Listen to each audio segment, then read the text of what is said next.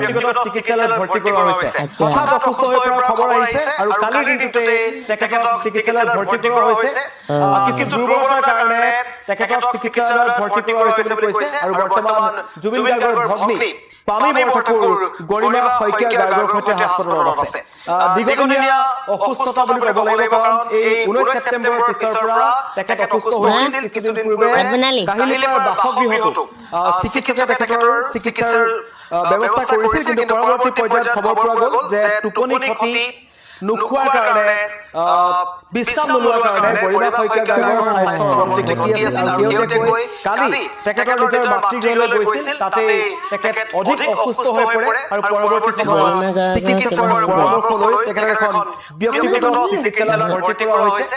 এতিয়াও চিকিৎসালয়তে আছে গৰিমা গাৰ্গ, জুবিন গাৰ্গৰ পত্নী গৰিমা গাৰ্গ।